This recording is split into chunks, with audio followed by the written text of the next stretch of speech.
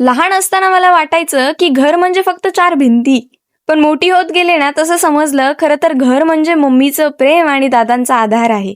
काही काळ असेही आले जेव्हा सगळं थोडंसं विस्कटलं होतं.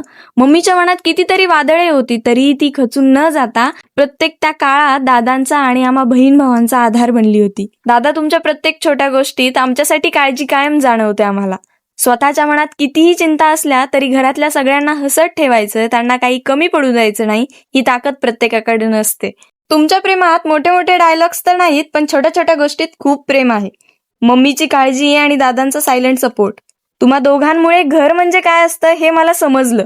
जिथे कोणीतरी न बोलताही समजून घेतं, काळजी करतं आणि प्रत्येक वेळी आम्ही आहोत ना हे जाणीव करून देतं. आम्ही खरंच लकी आहोत की आम्हाला तुमच्यासारखे आई वडील मिळालेत. हॅप्पी अॅनिव्हर्सरी दादा आणि मम्मी. नेहमी असेच हसत राहा आणि आमच्यावर असंच भरभरून प्रेम करत राहा. तुमचेच प्रगती, आरती, जागृती, संस्कृती आणि वैभव.